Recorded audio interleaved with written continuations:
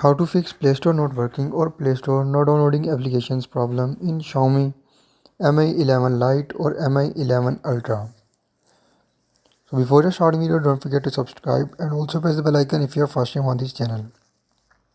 So to fix Play Store not working or no downloading applications problem in Mi 11 Lite or Mi 11 Ultra, first of all just go to settings and follow every step as I'm showing you in this video to fix this problem.